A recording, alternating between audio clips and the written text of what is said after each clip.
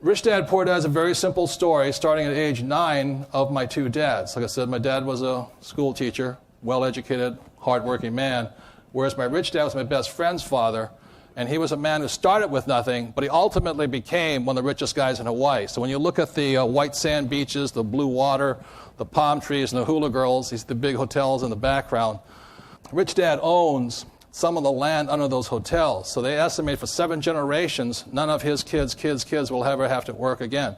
It's not that not working is that big an ideal.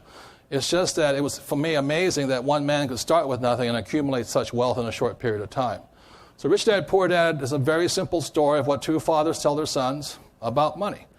And I wrote this book in 1997, published it. Everybody said, I submitted it around. People said, we don't want this book. Who are you? You can't write. You suck. All that other stuff, And what do you know about money? And so, excuse me, I'm still a Marine, you can tell here, If I make those slips, forgive me, But anyway, so I printed 1,000 copies of this book. Nobody bought it, so I shipped it to a friend's gas station in Austin, Texas. And I put the book in, he says, put it in the gas station. So we don't sell books in gas stations. I said, no, good, that's a good place for it. No competition, And he says, if that silly book of yours doesn't sell, you get it back. I said, don't worry, I'll take it back. And the book sat there for the 12, I think it's shipped on 12 or 18 of them. And they sat there for a whole week. And he called me up, he said, you going to get them back? None have sold. And I said, well, just patience. And it's like by the second week, all were gone.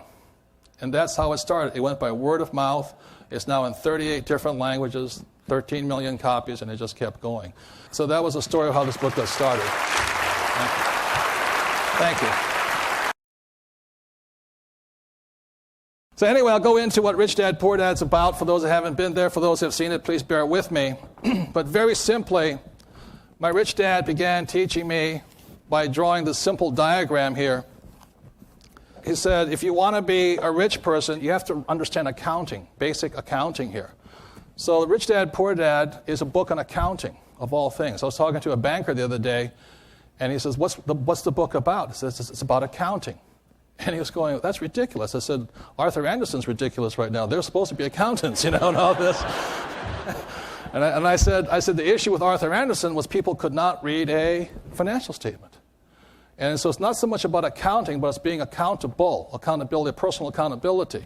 So for those who haven't read it, it's income, expense, asset, and liability. And it's really simple. Started at age 9, started talking to me about all this.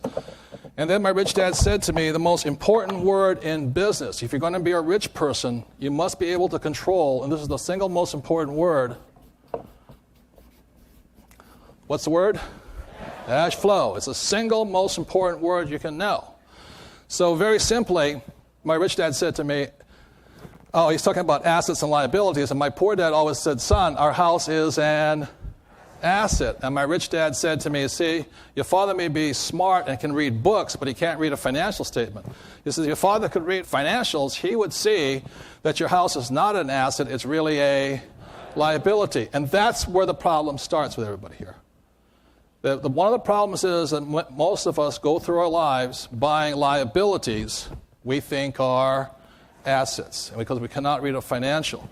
So very simply, because I was 9 years old, my rich dad said to me simply, assets put money in your pocket. So what do assets do? Put money in your pocket. That's all they do, whether you work or not. So basically, this is the cash flow pattern of an asset. So when I read a financial, I can see what real assets are, which liabilities are. The other definition of a liability is liabilities take money from your pocket. So this is a cash flow pattern of a liability. It's not rocket science. So simply put, my rich dad said, the house we live in as a family is a liability because every month it takes money from our pocket. Whether we work or not, it flows out. Now I hear people saying, but what if I pay off my mortgage? It doesn't make any difference because it's still a liability, because if you or small business or specialist, B stands for big business like Bill Gates or Michael Dell, and Forbes defines it as 500 employees or more, and I stands for investor. The point my rich dad made is all 4 of these quadrants attract 4 different kinds of people. They're not the same people. He says you can tell by the words, the vocabulary they use, whether they're employee, big business, self-employed, or investor. He says an employee will always, whether they're the president or janitor of the company, they will say the same words. And the words are, I'm looking for a safe, secure what?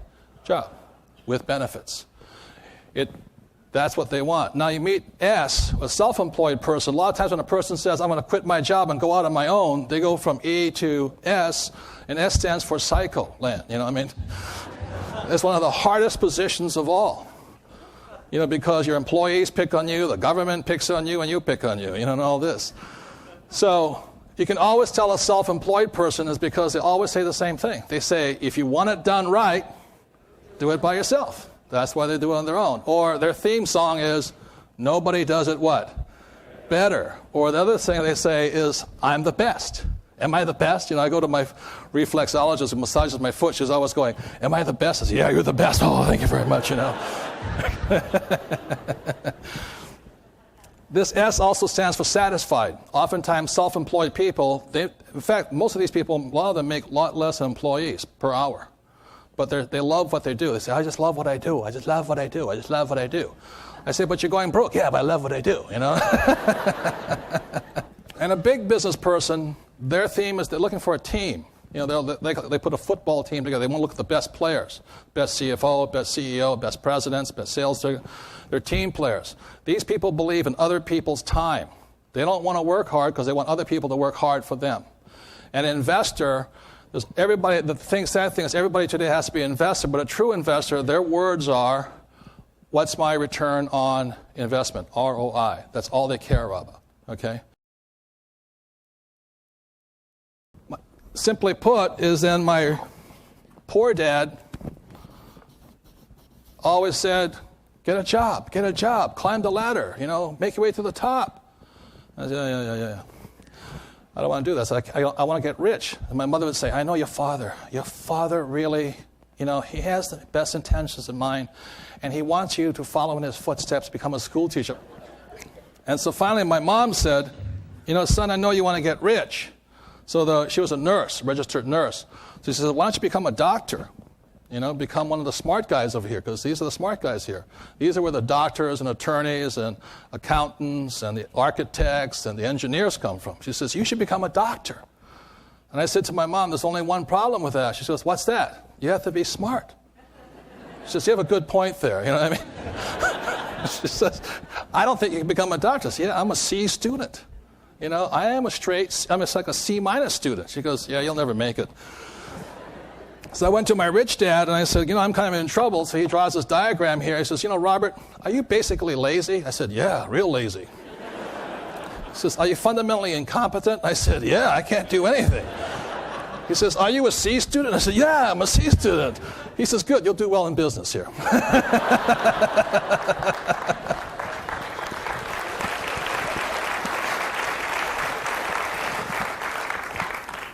So there's a saying in my book, these are the A students, these are the B students, and these are the C students here.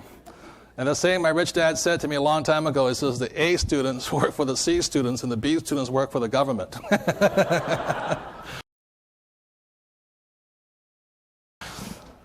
So the reason the cash flow quadrant is so important is that we're going to be talking in a little while about the 401k, which I think is one of the riskiest of all investments. I am a professional investor. The reason I know which quadrant I am is, again, by the most important word. The word is cash flow. So the reason I know I'm an investor is if I stop working, my cash flow comes from my investments here. Many people invest, but most people are not investors. The reason you know you're an investor is you can live from this quadrant here. So whether I work or not, my wife and I have about $1 million annually coming in from our investments, so we can stop working. We keep working because I sort of like this work here, things like this, you know. Thank you. The problem with the 401k is people are putting money in and they're not getting any back. So they're investing, but they're not what? Investors, because the cash is flowing out, not flowing in here, and that's the definition here. The reason this quadrant is important for those who are willing to make changes here is because if you're going to make a change, you may want to change from here to here, or here to here, or here to here. The message is, in the book, is that at the core, you're different people. These people value security, and that's why they want job security.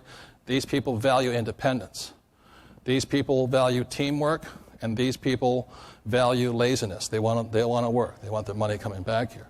So I'm going to ask you to do something a little bit different, because I really personally did not like school. I graduated from the U.S. Merchant Marine Academy here at Kings Point. I have a Bachelor of Science degree, which stands for BS, and other than that, but I really didn't like school simply because I wasn't learning what I wanted. I remember I said, why am I studying poetry? I said, because it'll make you a better human being. I said, why not study money? Make me a better human being. And they wouldn't talk to me. The other thing I didn't like about school was that every time at test time, I wanted to cooperate. You know? And what did the teacher call cooperation at test time? Cheating. You know? And yet, that's the world of the school. See, these guys here, they're the good students here. They don't cheat. They do things on their own. These guys are a bunch of criminals. They cheat over here.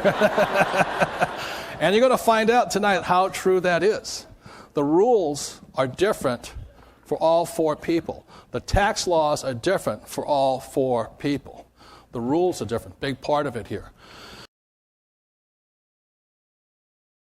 So one of the things I learned, if I wanted to be a business owner, I needed to talk. I needed to communicate. I need to have other people around me. So I'm going to be doing something different. One of the things that my rich dad taught me is that the reason your poor dad is poor is that he takes tests on his own. So he says, every day we have money problems. We all have money problems. If you're rich, you have money problems. If you're poor, you have money problems. The difference is how we handle our money problems. And my poor dad handled his money problems by sitting there all by himself, talking to no one, because he would be cheating if he talked. I'm the man of the house, leave me alone. I said, yeah, but Dad, you're an idiot. You don't know anything about this. Well, leave me alone here. And just because you're a man doesn't mean you know anything about money, Most women know that, but they don't tell the guy that. And my rich dad did it differently. He cooperated. He sat around with his banker, his accountants, his attorneys, his real estate brokers, his financial planners, his insurance agents, and they would talk. And twice a month, I saw him do it. He would sit, he owned several restaurants. He would sit at his restaurant table, buy a lunch for all of his advisors, and he sat down and he showed them his financial statements. And he says, tell me what I'm doing. And he got the help of some of the brightest minds around. In other words, my rich dad, being a C student, got help from the A students here. And he sat there, and that's where he got his education from. He said, I got the best education of all because I surrounded myself with smart people. But my poor dad said that was what? Cheating. And he did it all on his own here. So tonight I'm going to ask you to cooperate or cheat the way you look at it. In a little while I'm going to ask you to talk amongst yourselves. I'm going to ask you a very simple question. What did your mommy and daddy tell you? It'd be this, this, this. Did they talk to you about money here like this? And did your mommy and daddy, were they poor people, middle class people, or rich people by their cash flow patterns? That's the question. So I want to ask you to talk amongst yourself because today there's so many people in here that I don't have time to answer questions. And so by talking amongst yourself, if you have a question, the person sitting next to you, you can help them. Say, well, the idiot said this about this thing, and I don't agree with him, but this is what he did. So you can help each other out. You talk, you can clarify. But the important part, we're starting simple right now. At the second half of tonight, we're going to go into much more complex financial things. And you're going to need help. If you sit there by yourself, you may miss some very important points. Two minds are better than what? One, except in school. It's absolutely ridiculous. So being a C student, I surround myself with the smartest people I can find. Most people focus on how hard they can work for money. What can I do? My career. I can climb the corporate ladder. So they're focusing on working for money. But to have money work for you requires financial intelligence. Financial intelligence is defined as not how much money you make, but how much money you keep, how long that money works for you, how hard it works for you, and how many generations can you pass it forward to. So most people don't have that because they just focus on going to work and making money, but they never have financial intelligence. When I was having trouble in school, and I was having Fs, my mother went hysterical, my father went a little bit upset. Even my rich dad said to me, he says, shape up and get your grades up, because you have to. But he says, I'll tell you a very big secret. And the big secret was this. My banker has never once asked me for my report card yet. My banker doesn't care what grades I have. My banker doesn't care what college I went to. My banker wants to see one thing, is how smart I am with my money. And if I'm smart with my money, my banker will give me more money. If I'm an idiot with my money, the banker will turn you down and say, I don't want to lend you the money. So financial intelligence is what your banker looks for. Your school teacher looks for academic intelligence, and they're two different things. People are not interested in becoming rich. Most people just don't want to lose, and that's why they lose. It's just really a tragic. I don't want to play it safe. I don't want to take risk. Let somebody else invest my money for me. I say it again, people turn their money over to these mutual fund managers. That's the stupidest thing you can do because you don't learn anything. The fund manager gets your money and they get all the experience, but you get nothing. All you do is get an empty 401k statement. So if you're going to become a great investor, you're the one who has to start the investing. If you want to turn it over to somebody you hope is smarter than you, good luck. In the 19th century, there was a French philosopher named Auguste Comte, C-O-M-T-E, and he said this: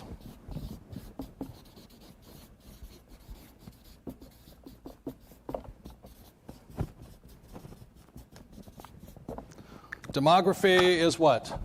Destiny. In other words, how can I predict the future? And the way I can predict the future is look at the demographics. It's really that simple. What's really going on with the population as they age and move along?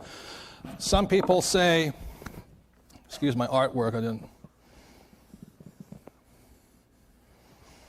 This is a snake. They call it the pig and the python. Okay? And this little pig over here is called the baby boom generation. There was this big boom because Johnny came marching home from war and they had sex. They had a great time over here. So a few years ago, it was initially, that's 1946 to 64. At the start, there was 75 million baby boomers, but due to in-migration, it's now up to 83 million in this category. So it's going through the python like this big thing. So this caused the boom in housing prices, consumer goods, credit cards hit them, and all this stuff. So the problem is, when you look at this thing, if you look at the stock market went up in 1980. It started going up because the baby boomers, due to a 401k, again signed into law in 1974, they started to come in. Now, the same thing that caused the boom, which we just fell through in 2000, is that pretty soon, in 2016, by law, they will exit.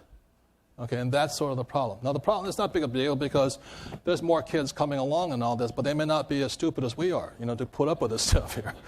So this is the thing, and the problem with a big 401k, and I look at it as a professional investor, is the problem with it, we all know this, except the guys who wrote the law. The problem with a 401k is it never took in market forces. And with all markets, markets go up. This is called a bull market. So all markets move in three directions. How many directions? Three. This is number one. It's called a bull. When the market moves down, it's called a what? Bear. Three directions. In the next direction, it goes sideways, and that's called a channel market. Okay, very simple here. Now, as a professional investor, I love bull markets. What they say is the bull comes up by the stairs and the bear goes out the window. And what that means, the bull market comes up very, very slowly, and then this time it was year 2000. When it hit, it dropped like a rock. That's the problem with bulls and bears. The reason I can predict a stock market crash is because I will guarantee you markets always go in three directions. Markets always go up, markets always go down, and markets always go sideways. As a kid, I used to surf. This is a wave here.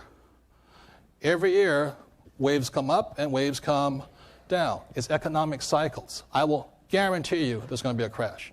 I'll also guarantee you there will be a boom. It's market cycles. Predicting a crash is no big deal. Absolutely no big deal. Anybody can do it because it's part of economic cycle. Predicting a crash is like predicting winter in Nova Scotia, hurricanes in Florida, tornadoes in Texas. Those are part of weather cycles, while booms and busts are part of economic cycles. Now, the fallacy in the 401k, it was written by lawmakers and things like this. People who are not professional investors, people not from the I quadrant. So a 401k does exceptionally well here. Okay, it does well in a bull market. It does horrible in a bear market. So what happens is they say, well, on average, don't worry, the market goes up. That's true, but it comes down so quickly that the average investor in the last from 2000 to 2002 lost 35% of their value in just 2 years. Something that took 20 years to accumulate was wiped out in 2 years. And the fallacy is they don't think these bear markets exist. The Enron guys, they got wiped out, and some of them got wiped out entirely. There was one guy who took early retirement. He's now 68 years old. When he retired, prior to the Enron crash, he had $2.2 million in his 401k. After the Enron crash 1 year ago, it's now down to $6,500. So he wrote into one of these famous financial planning magazines, I won't mention his name, they asked him for their advice. They said, invest for the long term. This guy is out of time. He's out of time. They said, no, buy and hold, invest for the long term, market will come back. What they don't tell you is when the market goes into a sideways channel, it may stay down for 10 to 20 years. After the stock market crash in 1929, it took 25 years to come back to zero again. That's how long it can stay down. And the lawmakers who wrote this law did not take into account crashes. There's also something, the reason I can predict a crash is this. Inside this law, it goes up like this, but what the 401k does, it handcuffs you. If you take your money out early, what happens? You're penalized. You cannot get out of this. They'll be like me. I was a helicopter pilot. That's like riding the old airplane up. It goes over the top. It goes, shoo. And what that looks like is this. Here's a little 401k person. Oh, this is good. I'm putting my $100 a month in. And the market is going up, going up. Oh, this is so wonderful. I must be intelligent, when the Dow hit 12,000, people thought that was their IQ. And I'll tell you, as a professional investor, what causes a boom is amateurs piling into the market. So they saw their 401ks going up.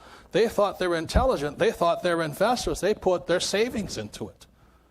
And that's when the savings went down to negative. People poured their money in, and suddenly the market turns down. It goes like this. Ah! Ah! Ah! Let me out! Let me out! Yes. I'm sorry. If you take your money out, I'll penalize you.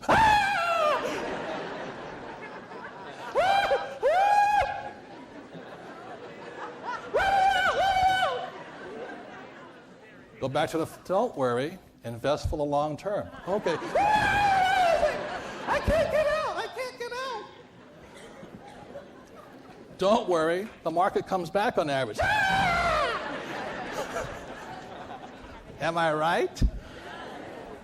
The stupid law handcuffs you to the airplane.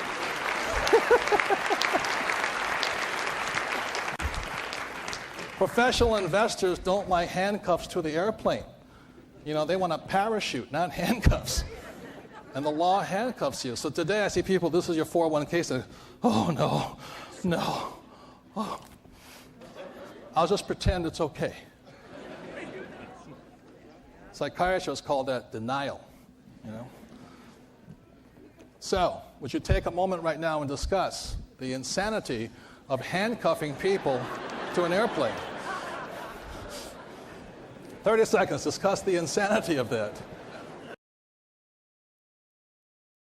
I think one of the things that we develop as we grow older is our emotional intelligence. We all have fear, we all have doubts, we all have lack of self-confidence.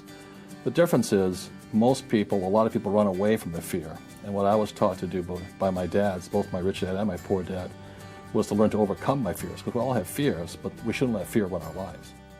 In the Marine Corps, I learned to overcome my fear because we flew dangerous missions, and the night before every mission, you had to make peace with yourself, because if I didn't fly well, not only did I die, but my crew members died. And so I had to make peace with my soul and overcome my fear of dying. And there's one guy who said, I'm afraid tomorrow I'm going to die, I'm going to die, I'm going to die. And I would say to him, your job description says kill people, not die. Because what really destroys people, not only in war, but in life and in money, is fear. And if we never learn to overcome our fears, that's why people are not successful. And so when I came back from Vietnam, my rich dad said to me, if you're going to be a business owner, the number one skill you have to have is you have to be able to sell. Whether it's you're selling your products, you're asking investors for money. And my problem was I came back from Vietnam and I could kill people, but I couldn't sell them anything. And so I'd overcome my fear of having people shoot at me. But now the new fear was, how do you go and knock on the door and say, hi, I'm here to sell you something. And the fear of rejection is one of the greatest fears all of us have. And that's why I went to work for the Xerox Corporation when I came back from Vietnam, was to overcome my fear of knocking on the door and the fear of being rejected. So a couple more points, okay? This thing comes down here. What did all these people shift because the mutual funds allow you to shift your money. They now shifted into bonds down here at the bottom, getting, 2% short-term, maybe 5% 30-year. That's ridiculous. You see, buying a bond at the bottom is just as insane as buying high-tech at the top. You should have been buying bonds when they were paying 7% and not buying it when it's 2%. You're ass backwards, in a scientific term here. But don't worry. Human nature, you know what's good about human beings? They have short memories. And maybe around 2004, 2005, it'll chug along here for another couple of years, and then it'll go chick, chick, chick, chick, chick, chick, chick, chick, chick, chick, chick, chick, chick, chick. And maybe till 2008, then all the people who forget will climb back in. They think their IQ went up again. And then it'll go, Yahoo! And then it'll be, ah! Let me out! Why am I in this stupid thing? So don't worry, there's another boom coming, but there's also another what? Bust. I guarantee it. Because it's part of economic cycle. It has happened throughout history. Another piece of good news is that the studies have shown for the last 300 or 400 years, if a person lived to 75 years of age, he went through 2 recessions and 1 depression. Okay? So my parents, the WW2 generation, the good thing for them is they went through their depression early in life, right? The Vietnam era generation, they're going to go through it late in life, because if it happens approximately every 75 years, let's see, the last depression was 72 years ago. And so that's what the good news here is: the rich will get richer and the rest will be depressed. They say a recession is when your neighbor loses his job, and a depression is when you lose yours.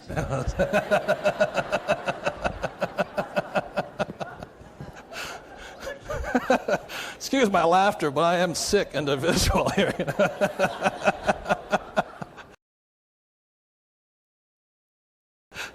And I'll tell you why I'm a sick individual, because if I could use a scientific term, every time I talk to what is considered the average investor or a stockbroker or a financial planner or some disbeliever in the whole thing, somebody who's under 30 years old and has not yet done the ride, they always say, well, on average, the market goes up.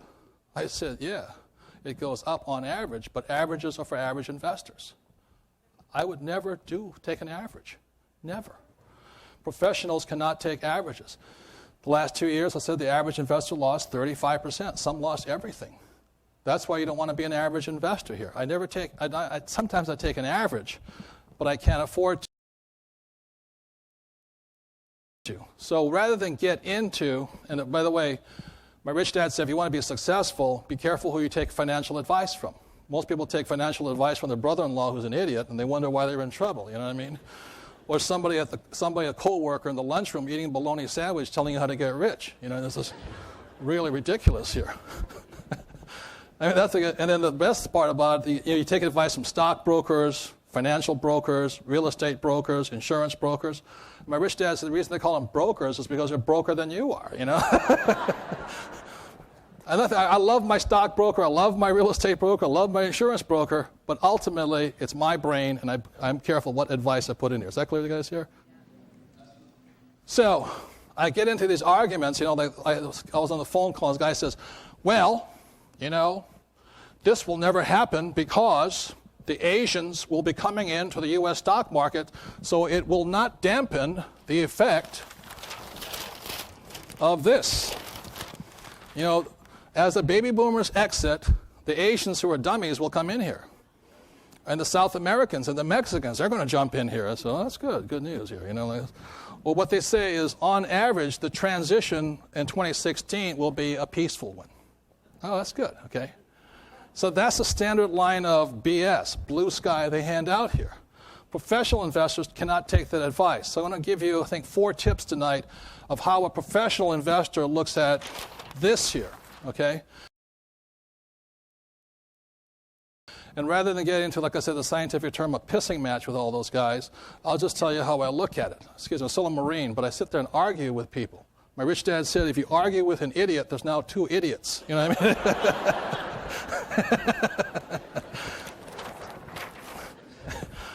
So, I'm going to give you a point of view of professional investors versus average investors. And point number 1, there's a lot of them, but this is the main one.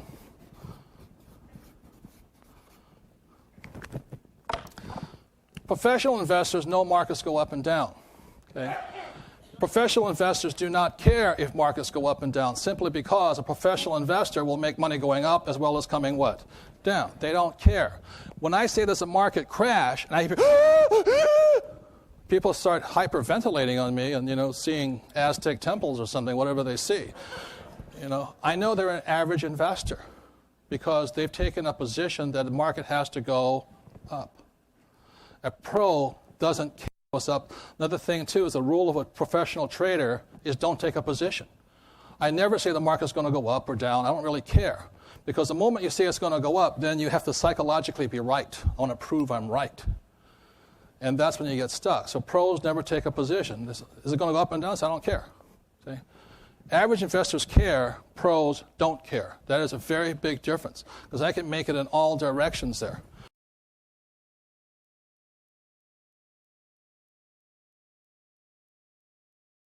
More than personal responsibility, people need to change their attitudes. My poor dad always said to me, go to school and get a job with the government, because the government had good benefits, good pension, good medical.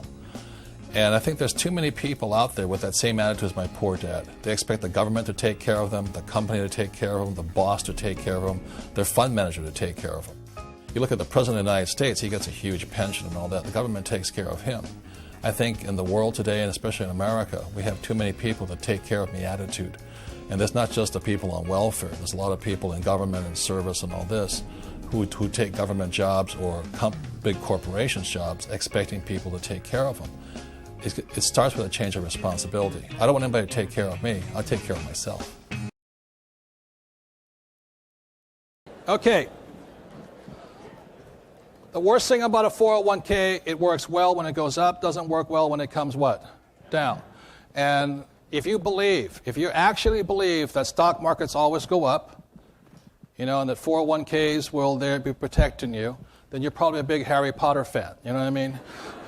And you haven't quite grown up yet to look at the reality of markets going up and down. So I would never have a single strategy that only goes up. You've got to have at least 3 strategies, one for up, one for down, one for sideways. The second point is this. I invest like my banker, okay? When I look at investing, I look at the jaundiced point of view of a banker. Not that bankers are rich. Some of the worst people I know are bankers as far as investors go. But they have certain good traits. They have certain things you look at. For example, if I went to my banker and I asked my banker, would you loan me $1 million to put in my 401k so I can retire? What's the banker going to say to you? No, it's too risky. And yet the government puts everybody into a 401k, something a banker would not lend you money on. Ask your banker this. Would you lend me money to buy mutual funds? Answer again is no. Okay? No, because they're too risky. Now, if I go to my banker and I say to my banker, will you lend me money to buy real estate? Generally they say what? Yes, at least they'll look at it. They'll come talk to you, but they won't talk to you for 401k or mutual funds. That is absolutely ridiculous. So one of the reasons I get richer quicker is very simply, I don't use my money. You know, the middle class, like I said, they have different values. They believe in saving money and getting out of debt. The rich don't believe that. They say borrow. Because what you have to know, there's good debt and there's what? Bad debt. The middle class is stuck in bad debt. The rich have good debt. But when somebody says it's good to save money and get out of debt, I say this to them. I said, how long, right now, my wife and I are closing on a property this week, $8 million, almost 100% financed. I asked the people, I said, how long would it take you to save $8 million? How long would it take you to save $8 million? For most people, they can't do it. They can pay $8 million in taxes, but they can't save $8 million, It takes me 2 weeks to borrow $8 million. On top of that, because it's good debt, every month it puts a minimum of $50,000 in my pocket. Every month. Boom, boom, boom. So I get ahead faster by using my banker's what? Money, while the middle class is trying to get out of debt and save money, okay? The next point is this, point 3. A professional investor will never invest without insurance.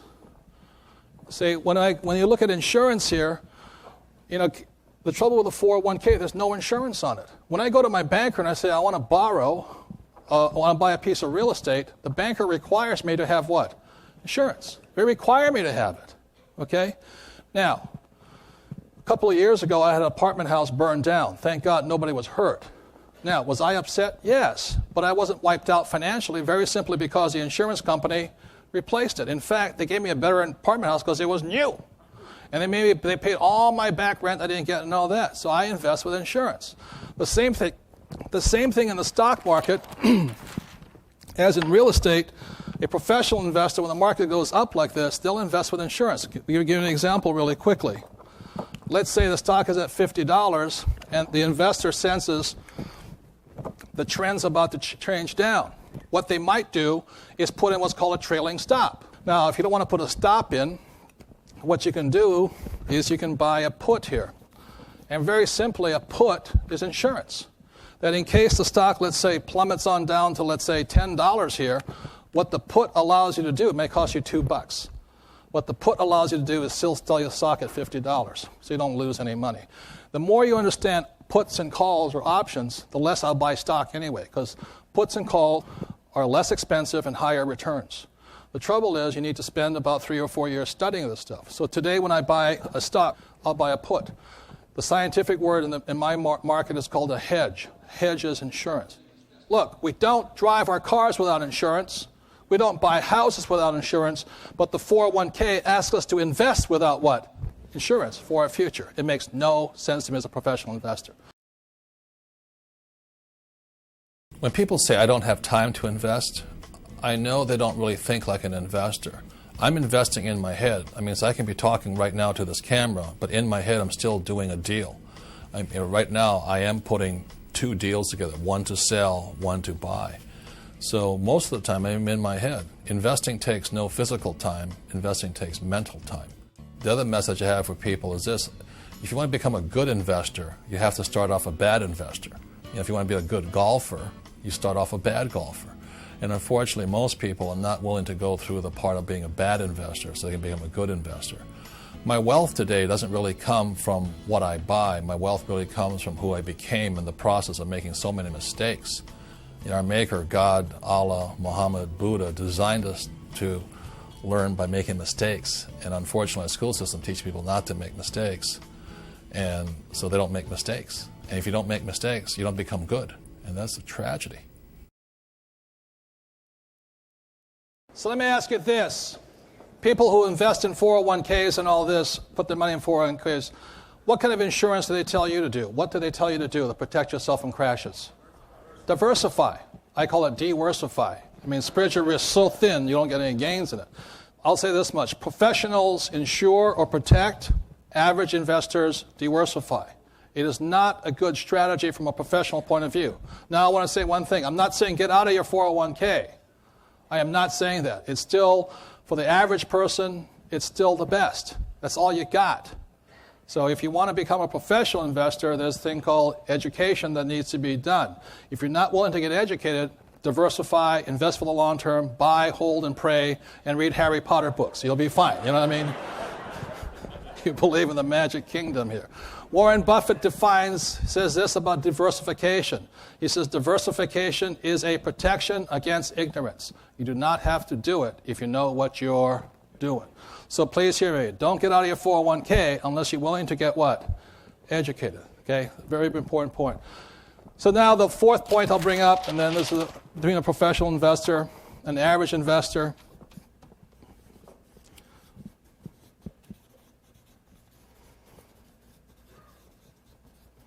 It's called a money-back guarantee.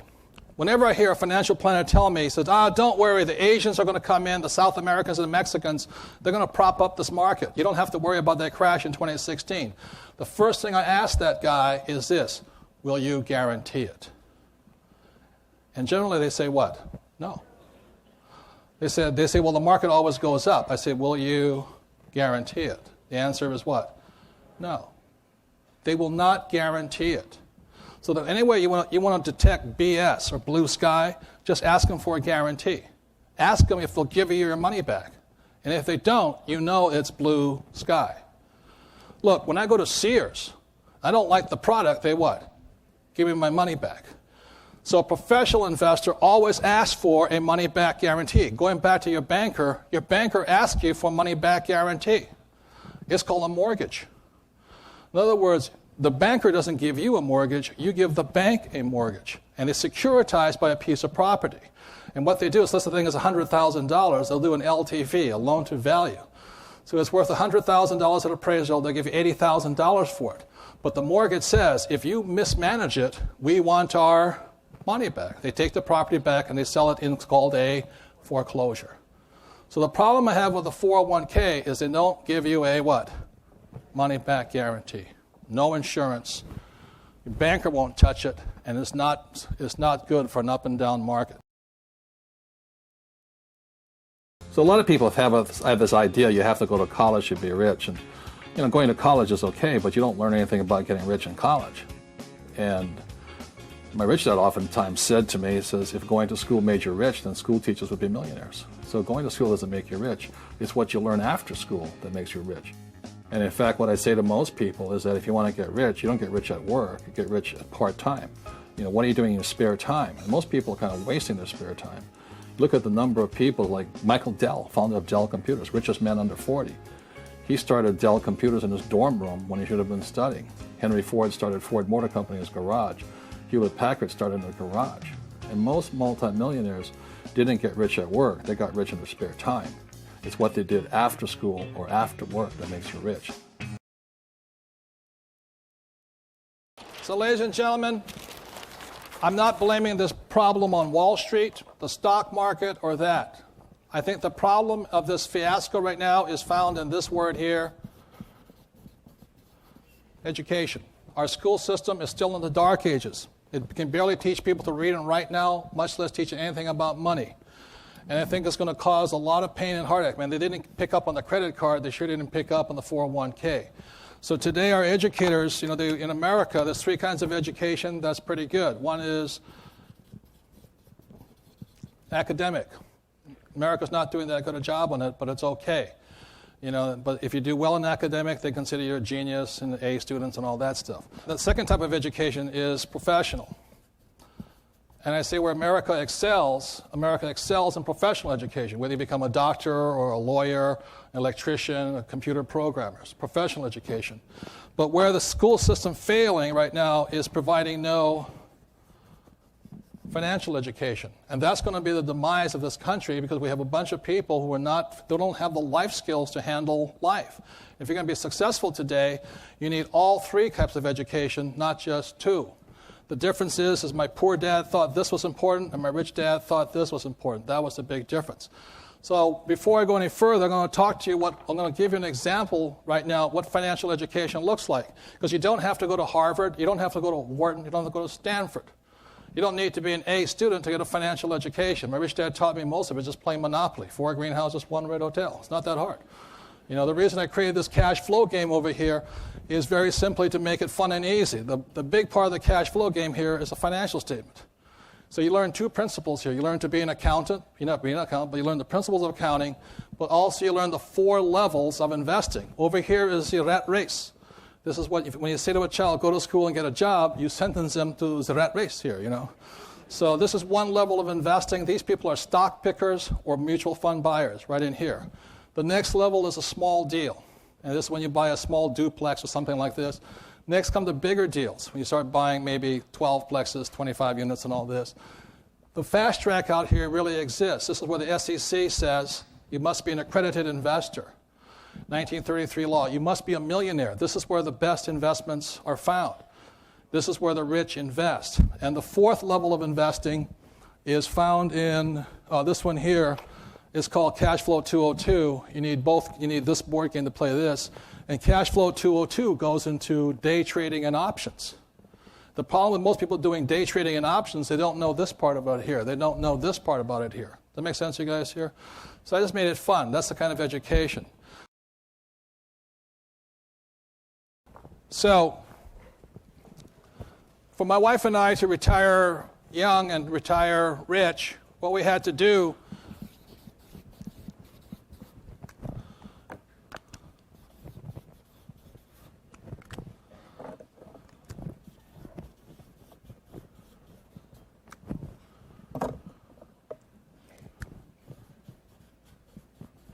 Okay.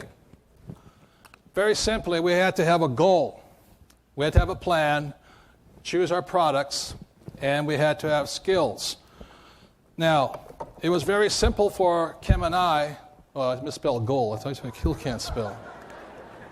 I told you I'm a creative person, and I'm really a designer at heart here.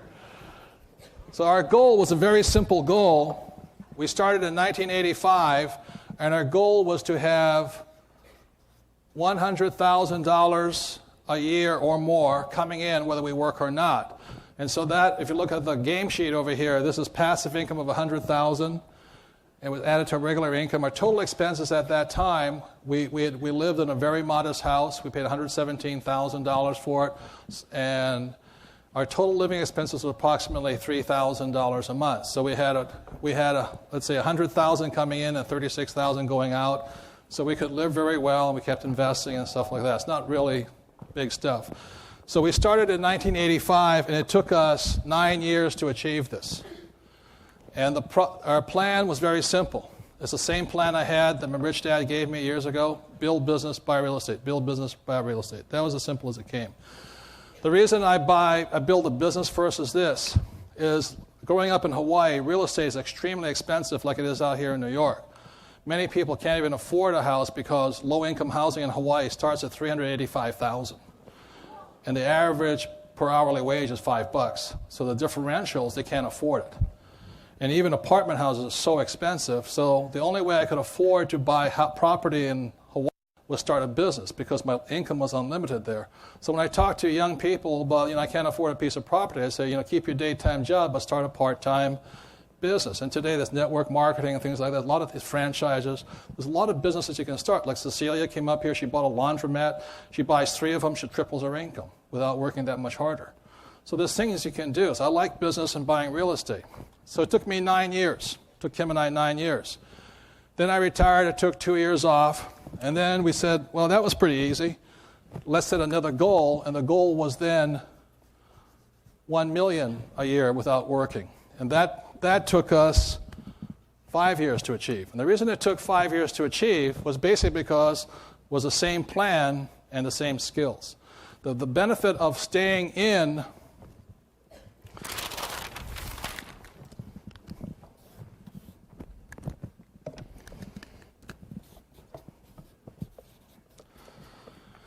is when, by staying over here, what increases is our knowledge. It got easier and easier and easier. So what I say to people is this: it takes about 5 years to learn to be a business person. It takes you 5 years to get through college. It takes you 5 years to learn to be a business person.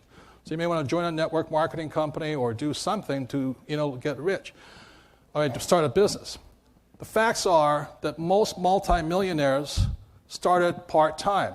Henry Ford started in his garage. Michael Dell started Dell Computers in his dorm room. Hewlett-Packard was started in a garage. So the reason that people get rich is not what they do at their work. They get rich at what they do at their spare time. And so it's the very same principle here. Now, So our goal was $1 million, only took 5 years, and we just keep with the same plans. Like Kim this year is going to put away about $16 million worth of property, putting an extra $100,000 a month in our pocket, and we just add more property. We don't work anymore, we just do the same thing. Does that make sense, you guys here? That was the way it is. Now, we're going to go into plan here and all this. One of the biggest things I hear from people is they go, oh, I got $10,000. What should I do? And so what they're focusing on is a product. You know, should I buy stocks? Should I buy mutual funds? Should I buy bonds? You know, should I build a business? And really what they should ask themselves are, what are my what?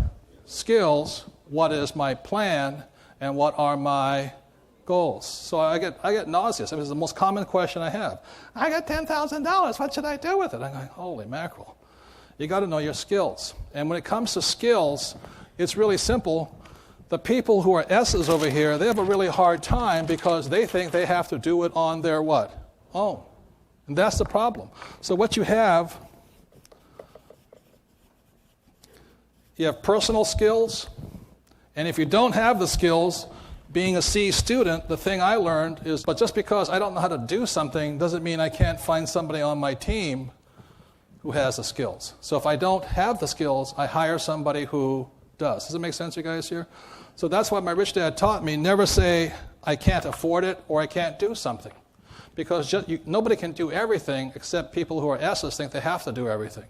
I just get different skills depending upon different products, different plans, and different goals.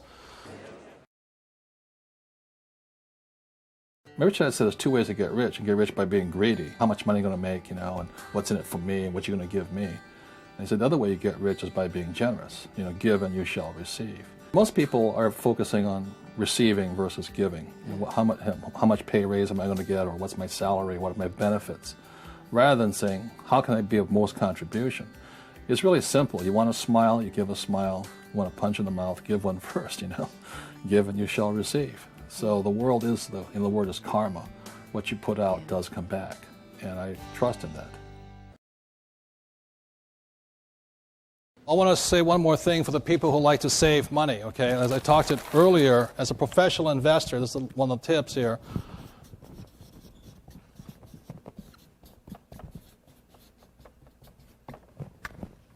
It's debt versus equity. Question is, when you look at these 2 deals, what happens when I use more debt? What happens to my ROI?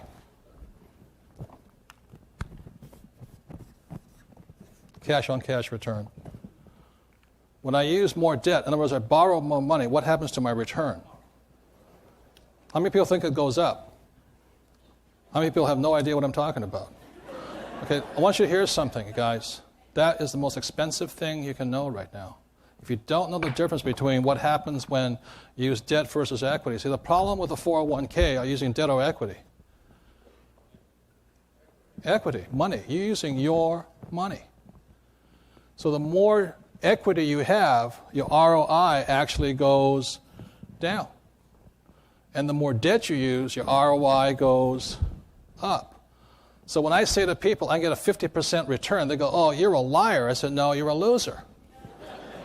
And the reason I can jump my return so high is because I'm not using my money, I'm using my banker's money. If you don't understand that, ladies and gentlemen, you're in serious trouble today financially. The next thing I want to talk about is this. The reason Kim and I could get up to our goal faster was products. And some of the products we have right here are these. When I wrote Rich Dad, Poor Dad over here, this is an asset. Every month it puts money in my pocket whether I work or not. This is an asset. And it's intellectual property. And what I'd like to bring out really quickly, just for a brief moment, is my intellectual property attorney, because this is an asset. Mike Lecter, so a hand for Mike here, please. And Mike is the author of Protecting Your Number One Asset. How many people in this room have had $1 million idea? Yeah. Now, is an idea good without protection? No. How many of you made money from it? No, if you don't protect your ideas, it's worth zip. So what he does is he protects my ideas. How many trademarks do we have? 327 worldwide. How many patents do I have? Oh, let's see. Around 30 right. Worldwide. And now, How much would you say my ideas are worth today on the open market? My patents? Figures, about $100 million.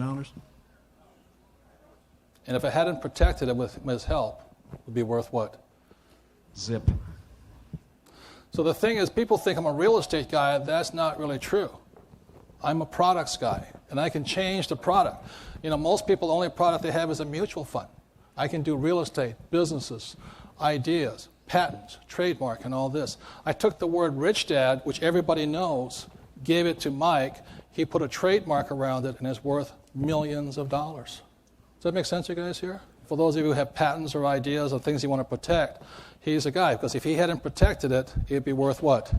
Zero. Thank you. It's a hand for Michael here.